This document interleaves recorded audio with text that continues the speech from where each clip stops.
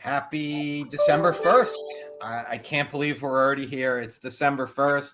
I am your host, Jason Weiss. This is the Ask Jason Weiss Show. I'm going to use this now. I am a recovering attorney, and I am trying to find my way.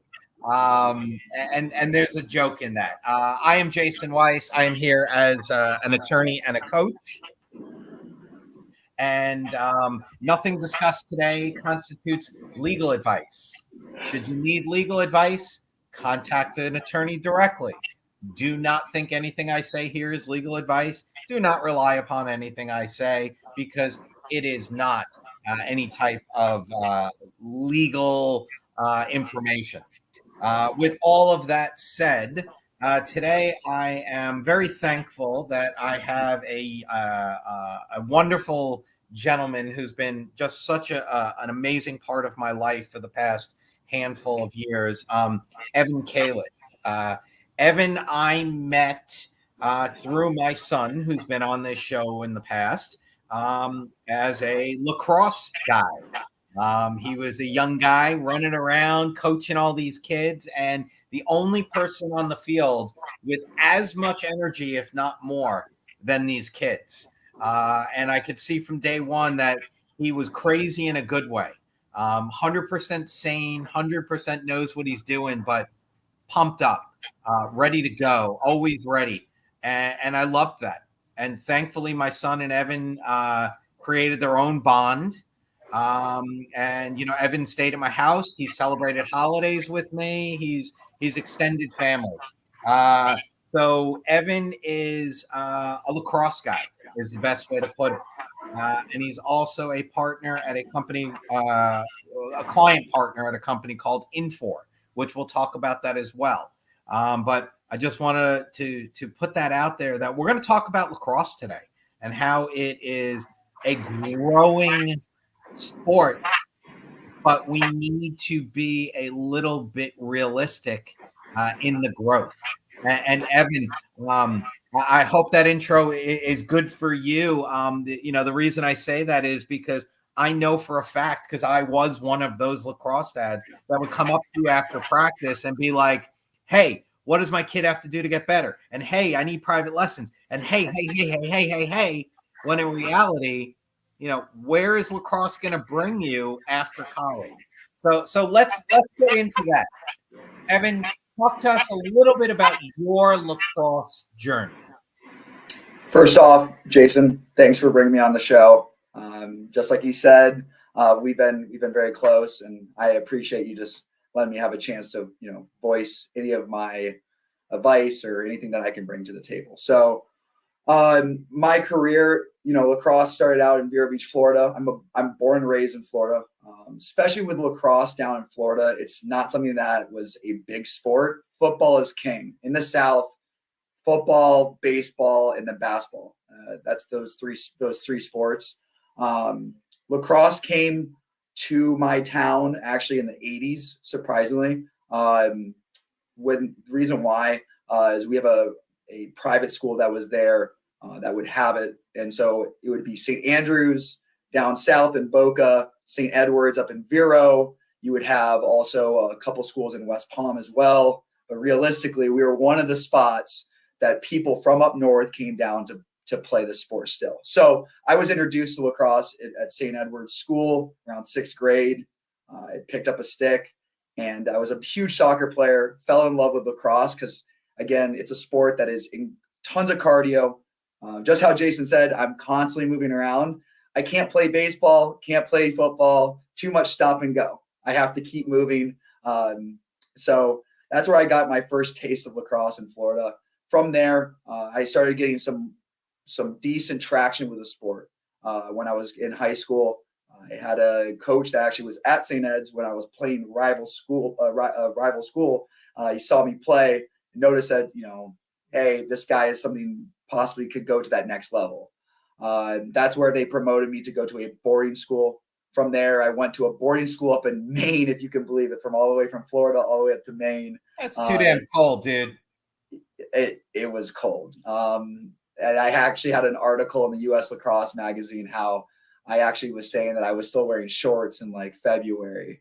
Or people thought that was insane. Florida people are a little bit different. The Florida man, it really makes sense.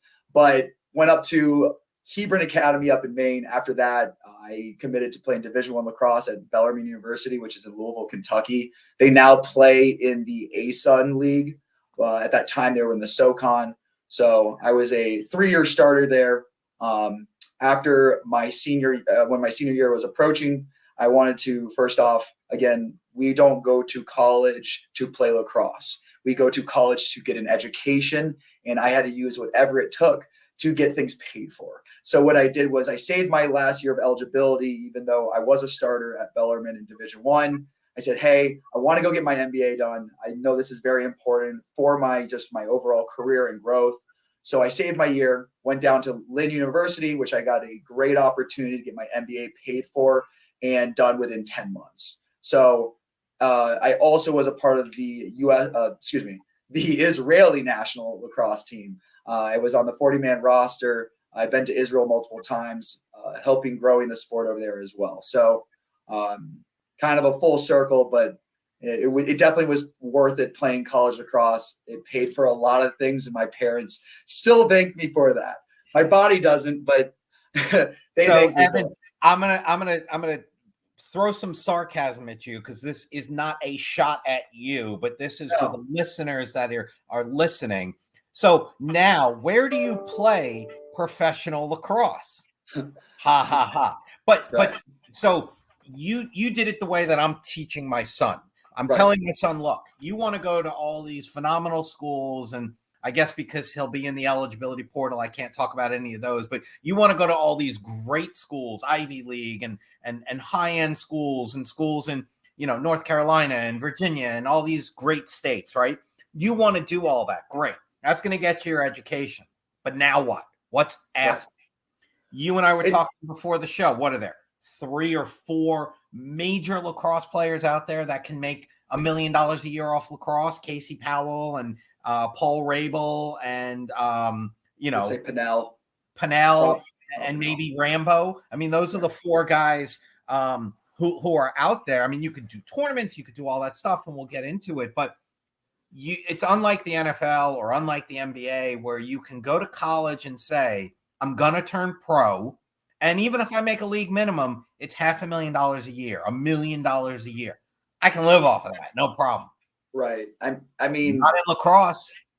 It's a little bit less than that. How much the PLL pays? It's a lot less than that. A little bit less. Yeah. I mean, you're really stretching there.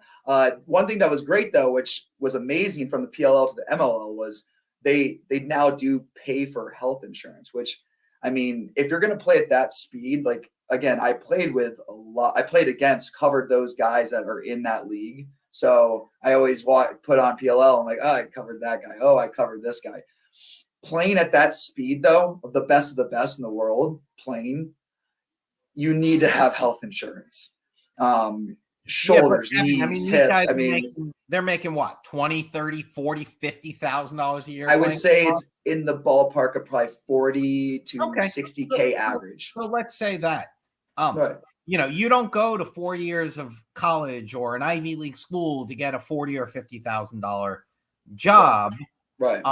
All of these guys, or most of them, have another job. I knew 1 or 2 PLL players, and I know them quite well. One of them does private lessons and all that stuff. That's where he makes his money. The other guy is a financial planner for one of these big companies. That's where he makes his money. So you have a job, which we'll talk about in a little while, but that's where you make your money. So even if you were on one of these PLL teams, that's not where you would be getting a majority of your income. And I've tried to have this conversation with parents like myself where, hey, look, do everything you can to get your kid into that school, but that's it. Don't hold them back a year. Don't do this. Don't do that. It's good for college.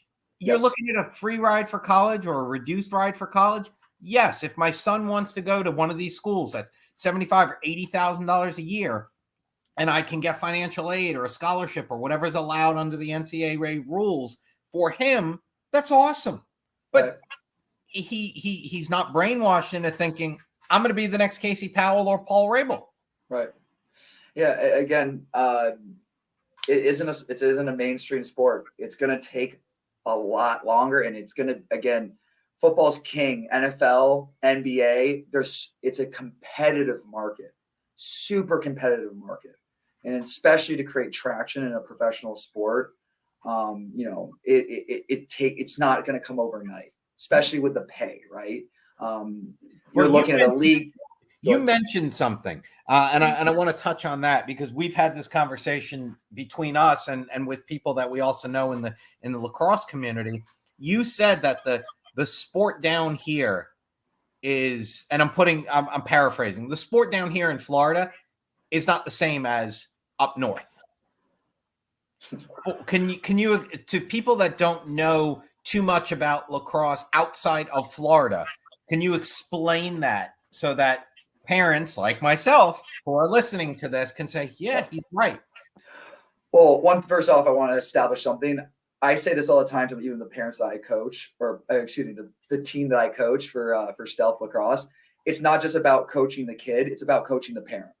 It's about coaching and informing them and guiding them. If you want to be successful in this, it's about guiding everyone in the process. Because if you want to think that the kid, you're just coaching the kid, it's not true. It's a kid. The parents are still in charge of that kid until they turn 18. So any decision that they're making is completely jointed with the parents' decision as well. So no matter what you want to think, let's start there, right? But Florida lacrosse, I mean, hence why I had to leave the state to even get the looks that I got, right? I had to leave the state and play up in New England for a reason. It is a sport that is usually in New England, New York, Maryland. Those are the hotbed, or DMV as well. Those are the hotbed areas, and it's clearly spreading more. However, again, those families have been playing lacrosse generation after generation. When they turn, 5 or 6, there's a stick in the kid's hands. No one's discovering it when they're in 8th grade, 7th grade. They're either a lacrosse player or they're not. That is just plain and simple. You establish that almost, it becomes a part of the family. And it's just a social norm up there that if dad played lacrosse, you're playing lacrosse, daughter's playing lacrosse, and it just passes down generation to generation. So, but down here, we're getting a lot of the implants, like myself, right? I moved here when I was in my teens. I showed up at the field, Mullins Park in Coral Springs with my lacrosse stick, and the kids were like, "What is that? Are you playing highlight or something?" And I'm like, right. No, I'm playing lacrosse. We don't know what that is.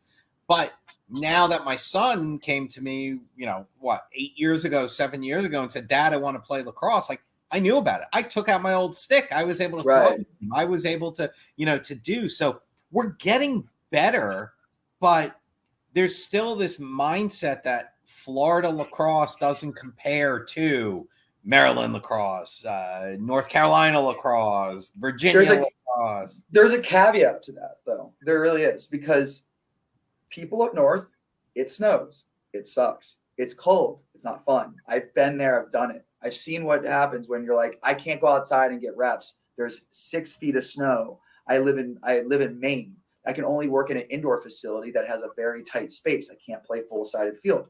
Guess what Florida can do? Florida people can play year-round. That's what first off, that's why people move down here. Notice how there's been an influx of people moving down here, just not even before COVID or after COVID. It's just been constant. My parents the same way. Both from Detroit, Michigan. Everyone's from Michigan. They're like, let's get out of here, right? We're done with this weather. We're done with this snow, sleet, whatever you want to call it. We play year-round. So there is kids that are coming out of Florida that are getting more reps. Talking about, you want to be better at a sport or better at law or better at selling, better at anything in life. It's all about reps. It's all about the repetition. So if I'm on a field 12 months out of the year compared to 5 months out of the year, I'm getting more reps. So I noticed that when I was on a legitimate travel team down in Florida, we would go up and play against these teams from Long Island, New York, New Jersey, all these different programs, hotbed areas, and we would walk them off the field because we are literally playing all the time. And we had a coach that instilled the mindset of cardio running. We're just going to be better athletes. They are better IQ lacrosse players. They played longer than us. They have 5-6 years on us. Run them off the field. We play in the heat. They don't. We go up to Massachusetts. It's 82 degrees. I'm standing by the guy. He looks at me and goes, "Man, it's so hot." I go, "Oh, you're in for one." Because right away, we deal with 100-degree weathers in August. We're used to the humidity. We're able to take that as an advantage. So there is some plus. There's plus sides of coming to Florida, playing lacrosse in Florida, and then on top of it, take that. If you want to move down here, great. It's a cheat sheet for your kid. Your kid already has that IQ. We'll get him to that Florida lifestyle and that Florida humidity. We'll get him in that 12 months a year training, and that's where he'll come back up and go beat everyone and get the looks that he deserves. It's not Florida gets a bad rap, and I get that. They get that attitude where it's like, "Oh, you're a Florida kid." I used to deal with it all the time. Even when I would play college lacrosse, they would know on the scout, I'm a Florida lacrosse player. I'm from Vero Beach, Florida. I would try to hide it and report that I played in Maine. So I wanted to say that I'm a New Englander, but it would eventually find out my hometown is Vero Beach, Florida. So I've dealt with this before. And it got you to the end goal, which is, getting your MBA, getting your degree, letting lacrosse pay for it. Yep.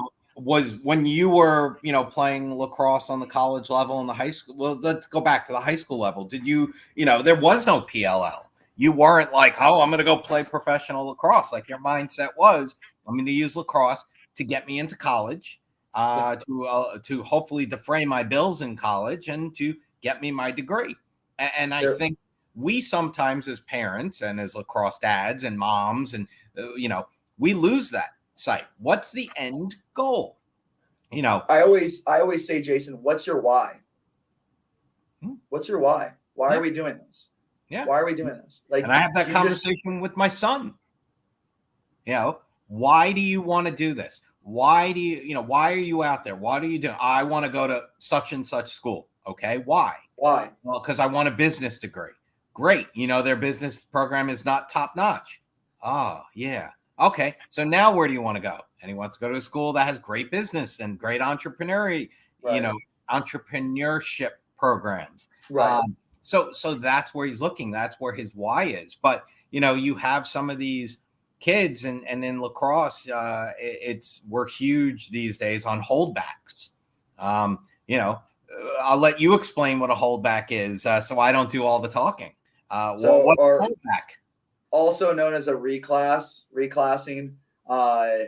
I was a reclass myself. So the reason why I had a reclass was due to medical. I had a heart problem my sophomore year of lacrosse in high school. Almost died. It's kind of a scary story. Had to get heart surgery. Had to miss a whole year of varsity lacrosse. And so that was another reason why I needed a reclass to make up for that year. At that time, you could commit to Division I lacrosse at 7th or 6th grade. They changed that rule. Unfortunate for me, but they changed that rule afterwards. Now, like, we're Logan, Jason's kid, you can't commit at 8th grade. It'd be great for Logan. He was 6'4". He had a beard. So no beard, barely any facial hair. I'm just messing with that. But I was gonna say the reclass does allow you to get that extra year of maturity. Some kids need it for academics. Some kids need it for growth. There's all different reasons. Mine was purely medical. Missing a whole season, sophomore season, detrimental to trying to get to play the next level. That was a very important year. So me reclassing was a needed thing. Reclassing, again, goes from person to person, situation to situation. Some parents can just reclass because they think that's the way to do it. and they just need to do that. However, sometimes the coach, say like Duke University, will come to you and say, hey, listen, he's right on the borderline of getting in. We need one more year. He needs to go to a boarding school up north and do one more year. Then he's in. People do. I know that all the time. I used to play against those guys where he's committed to Princeton and he's just here for the PG year, the postgraduate year, and that is. I get that. That is a decision that you make because that's your end all be all, and it gets you to where you want to be. But to make that decision where parents, and I was with this about a year ago, parents were making the decisions to hold them back and start and do like a year between their 8th grade and 9th grade year, so that they were going to high school and starting at 16 instead of starting at 15 or 14. Right. And again, I'm going to circle back to what we said. Keep your eye on the prize. What's the goal? If you mentioned Princeton, if your goal was to play lacrosse at Princeton and to get a Princeton education, and Princeton said, look, this is what you need to do, I'm 100% on board. Right. But if it's, I'm going to hold my kid back in 8th grade so that they're not going to start high school in time, so they have an opportunity to play lacrosse in college. Don't know where I know where I sit. It's a little bit different. It's because first off, your kid hasn't fully grown. Your kid hasn't fully, close to even being close to maturity at 8th grade. That's why I always thought it was just mind-boggling to commit a kid to a Division I program at 8th grade. God bless. However, that was the vicious, everyone's trying to get a leg up on everyone else. But for someone to reclass their senior year, their junior year, those are reasons why they're doing that, is because there's a why. There's a why behind that. They're not just like, hey, let's go just do an extra year of high school. No, they would go to college and probably wouldn't even play lacrosse. So there needs to be a why on that reclass. That's what I would say. Why are you reclassing? My kid has severe dyslexia and terrible ADHD. He's struggling in school. Reclass. Fine. Understand that. Hold him back one more year to get him. He had a medical condition. Hold him back a year. He, whatever it is. Yes. So I understand what you're saying. There shouldn't be a reason you just reclass just to reclass to think you're getting a leg up and you're getting a loophole. I mean, I used to get berated by some of my friends when in high school. They would be like, oh, you're the loophole. You cheated. And I'm like, well, I almost died. So that feels good that you're saying that right now. So, everyone has different scenarios, but there's parents out there that they're just too much. They're too involved. They think they know what they're talking about. Also, FOMO, you've heard this saying in stocks and everything, the fear of missing out, the fear of, John Doe just reclassed and, Johnny also reclassed and this guy reclassed. I need to reclass. No, what is your why? What is the reason why we are reclassing? If there is no reason, just so you can just feel like you're getting a leg up and having a easier competition for your kid, you're setting your kid up for a little bit like a failure, a little bit on that. Because what does that mean? That if things are tough and you're struggling a little bit, are you fully giving your effort to make yourself better? Just like in academics as well. If you are doing that and you're giving everything you got, everything right, and you don't accomplish that, then there's a why to reclass. But just to follow everyone else, to just chase that, I don't believe in that. I don't. Got it. Yes. All right. So what we're going to do, Evan, is we're going to take a quick break and we're going to get back and we're going to talk about a little bit more on the lacrosse and how lacrosse got you to your next position where you're currently working. For those of you that are listening, stand by. We're going to go to commercial. One of the things that you could do is you could check out Evan P. Kalish, Kalish, on LinkedIn. That's the best way to find him. And we're going to go into commercial break and we're going to come back and talk more lacrosse and what to do post playing lacrosse.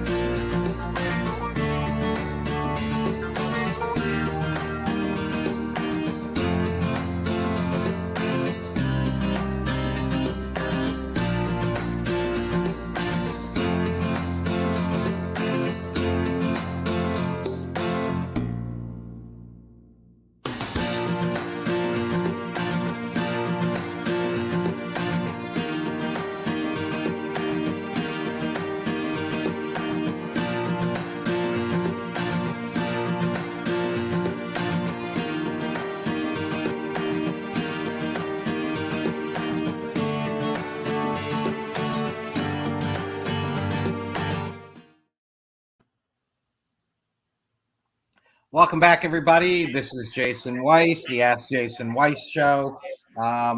We are here live with Evan Kalish. And I'm not sure why I'm getting my feedback. So let me see if I can. There we go, a little bit better.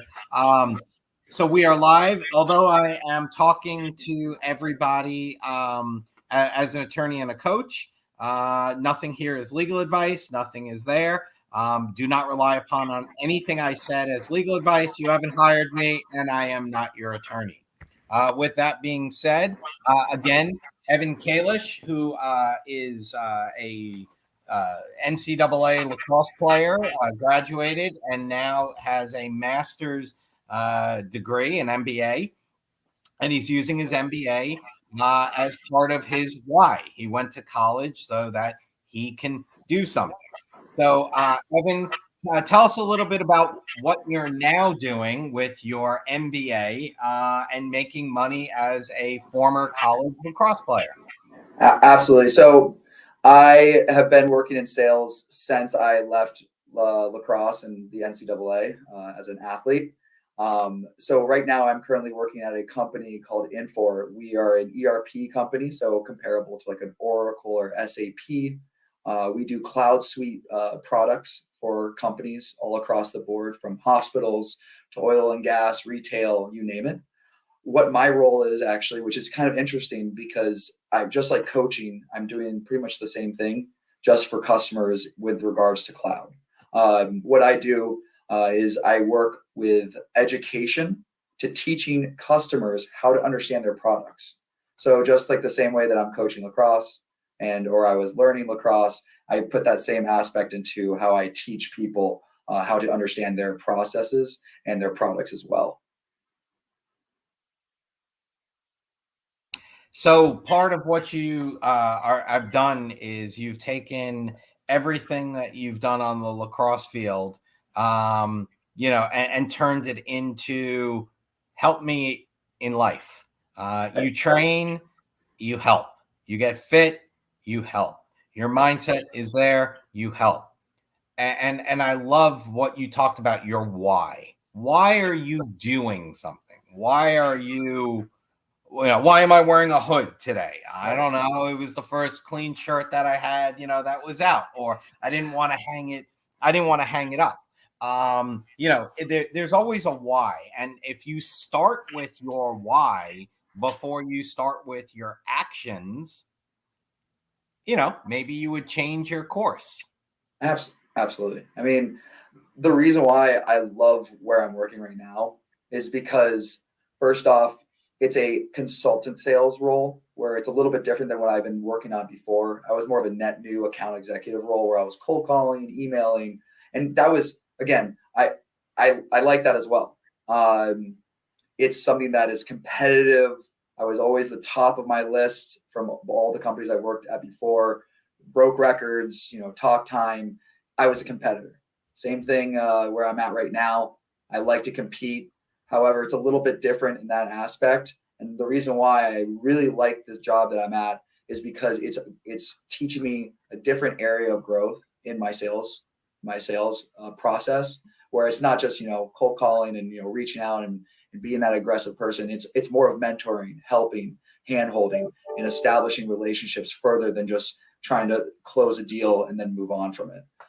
These are long-term relationships. These are long-term conversations. They're long-term deals. It's not like a one call close. It is multiple conversations. I'm dealing with legal, which is fun. It was a joke. I don't enjoy that. That's why I don't want to be a lawyer. But I don't want to be a lawyer either, but I'm stuck. So it's okay. Yeah. So, I mean, the why always comes back to, why did I go to play college lacrosse as well? It's to push myself to that next level, to always feel uncomfortable and always strive for something that's maybe outside of my comfort zone. The same way why I took a role in consultant sales compared to just an account executive role. It was something that I could understand that could possibly push me in an uncomfortable position to thus grow and go into a new leadership role further on down my career path. Being under in still my 20s, under my 30s. This is something that I want to make sure that I'm touching all bases of sales process. So this is another thing to check off the box. And being working for a great company like Infor, I mean, they're everywhere.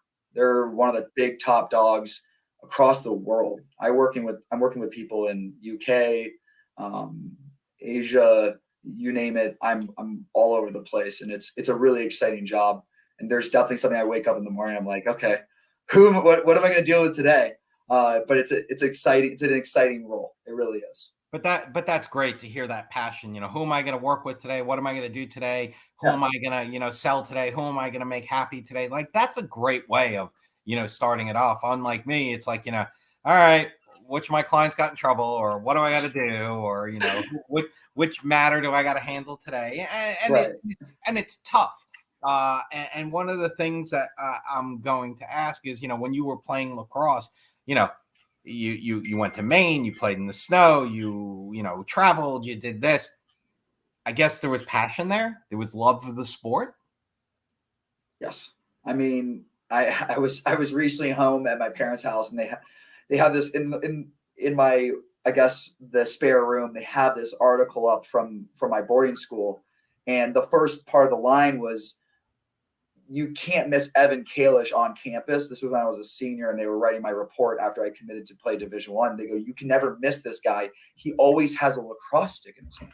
I would walk to everywhere I go with a lacrosse stick. It was a part of me. It was a passion. It was just something that no matter what, whether I was out there and I wanted to play that sport every single day. Now I don't play that sport. That's what it was.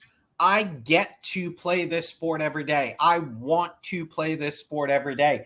If you can wake up, no matter what you're doing in your life, and you get to say that, then you're ahead of the game. You're always ahead of the game. It's not, oh, I've got to do this today. If you can say, I get to do this today, dude, there's no beating that feeling. I get to wake up today and take my son to school. That was big. Not I got to wake up early to take my kid to school. That sucks. I get to wake up early and spend 20 minutes in the car with my son to take him to school. I get to, go to IMG this weekend and watch him play lacrosse. I get to do that. That's like, when it's, I need to do this.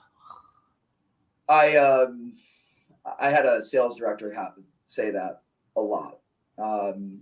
It stuck with me, still stays with me to this day, especially when days you're having a bad day. You're just like, you get to do this. You don't have to do this. Right. And that is the same thing that, I incorporate into, I'm an avid person that likes to work out constantly. And there's days where I'm like, oh my gosh, this workout is going to be the hardest thing I've ever done.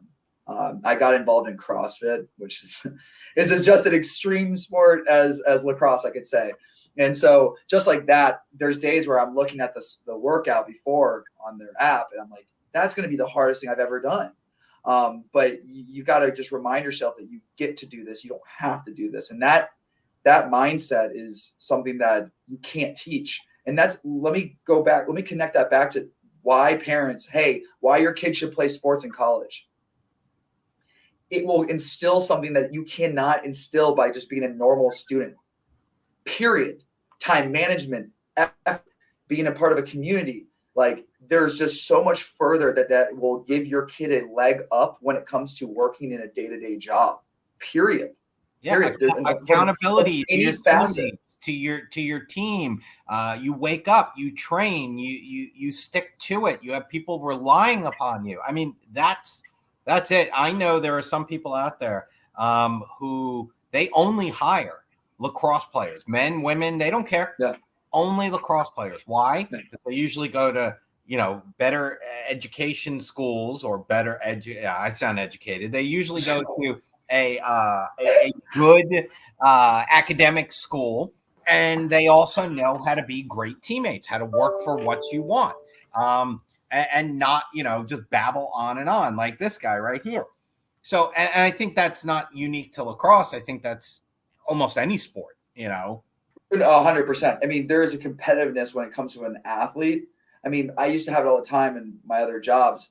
You know, I come from a very nice town. I come from I come from Vero Beach, Florida. It's if you Google it, you can see exactly what the, what the average household income is, right? So people would always say, like, especially in my first entry-level sales job, why are you making this many calls? Why are you working this hard? And I used to love that stigma of being the guy that just works harder than everyone else. Yeah. I used to be, but it's got to be work smarter, not harder. 100%. And I am, I'm in my mid 40s or my upper 40s, and I'm still learning that. You got to work smarter, not harder. There's a balance, right? I mean, especially on the field. Right.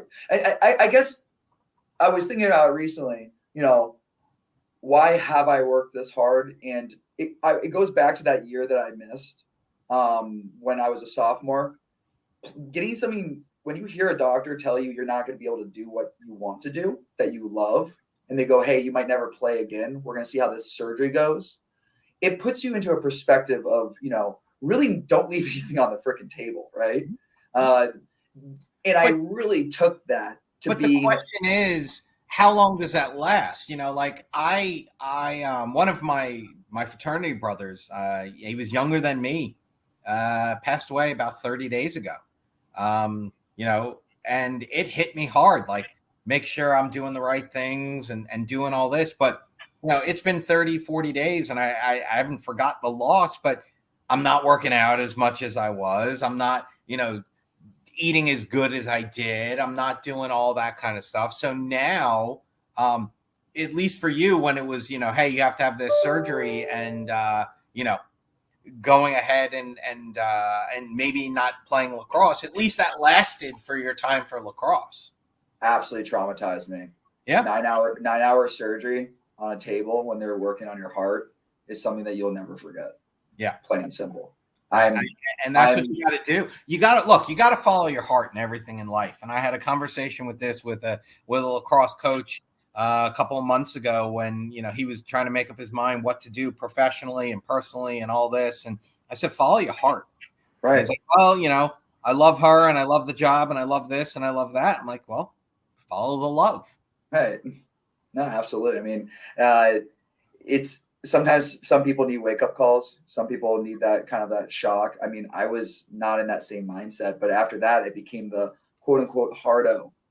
And yep. I was fine, and I embraced it.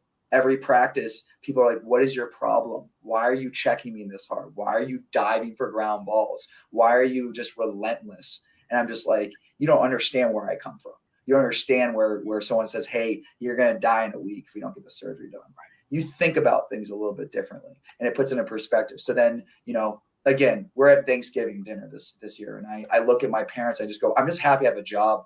I'm happy I have a job. I'm happy I'm healthy. I'm happy my legs work. Like those, just little basic things. I'm happy I have a house.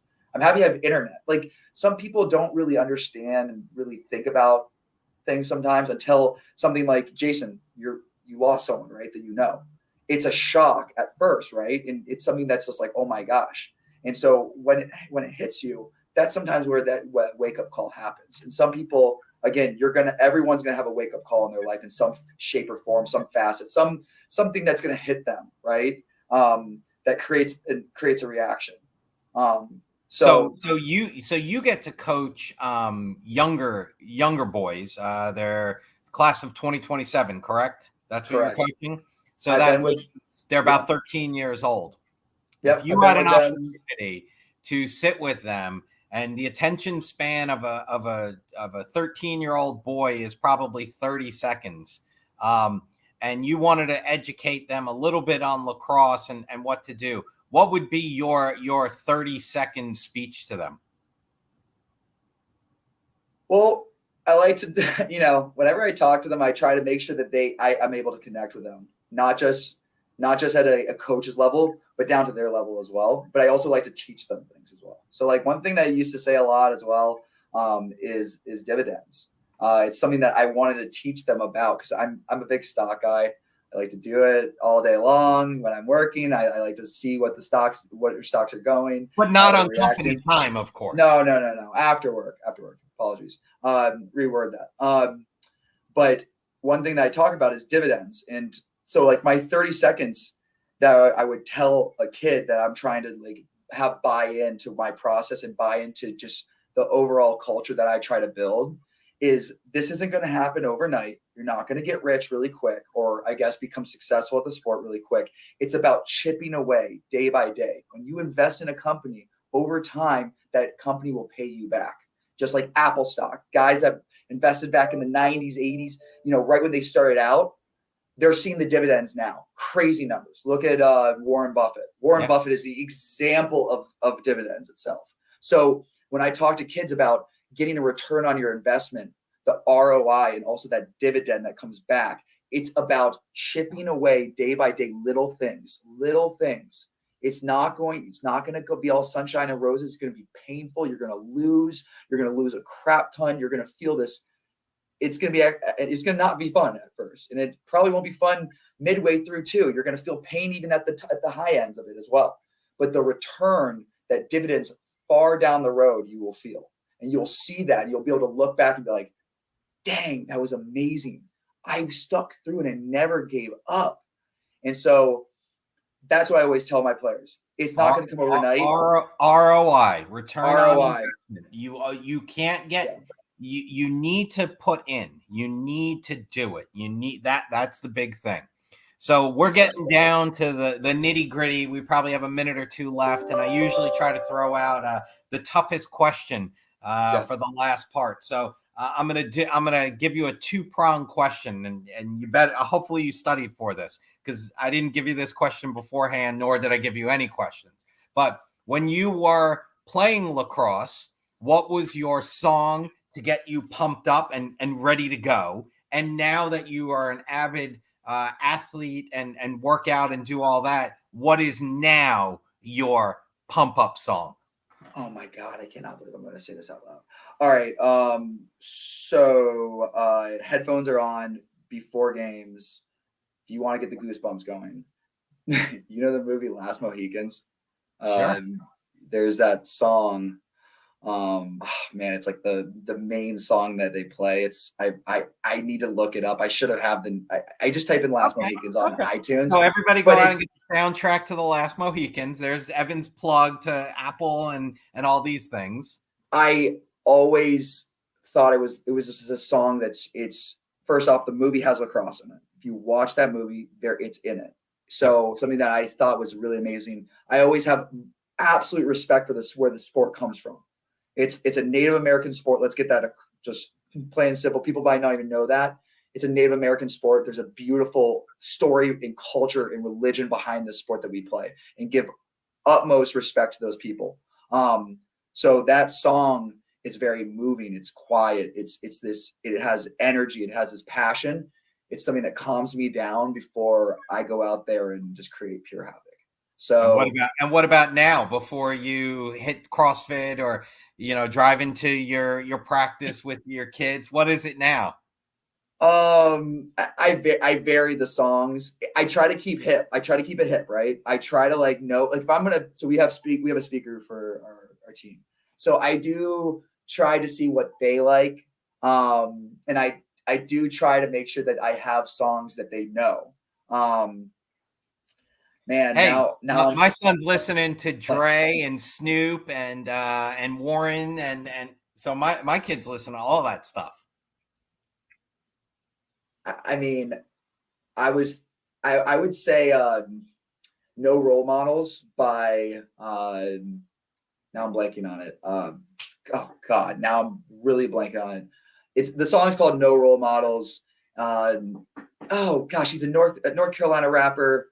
I'm blanking. I apologize. Oh, it's okay. I threw you on the spot with it. It's all good. It's not Sunroof by it's J. Cole. I looked it up. It's J. Cole, No Role Models. If you listen to the lyrics, you understand the lyrics. It talks about how he had, again, the title itself, he had no role models. He had nothing. He had nothing. He had no support. He had to do he had to do better than what he was received, and he's going to do better in the future as well. So that's what it talks about, and so you're not a parent like yet, Evan. You have your dog. I respect the fact that your dog is your child, but yes. as a parent, you always want your children to do better than you, and that's what it's all about. So parents that are listening to this, when your children decide that you don't know anything about lacrosse, you don't know how to train, you don't know how to do all this, let them hear it from somebody that does. And I strongly recommend reaching out to Evan Kalish, because my son, I can tell him 18 times till I'm blue in the face, and he says, okay, Dad, sure, no problem. And Evan tells him one time, and he does what Evan says. So Evan, I appreciate that. I got a role model for the kid. He has lots of role models who happen to be in your circle, so you're just in a great crew. And I want to thank you for being here today, instilling knowledge about lacrosse. Everybody check out the Last of the Mohicans soundtrack. Find Evan P. Kalish on LinkedIn. Find him, connect with him, ask him all your lacrosse needs. He trains kids. He talks about dividends. He talks about stocks. He's the one-stop shop. Evan Kalish, thank you for everything you've done for me and my family. We love you. We appreciate you. And if you have any parting words, please feel free.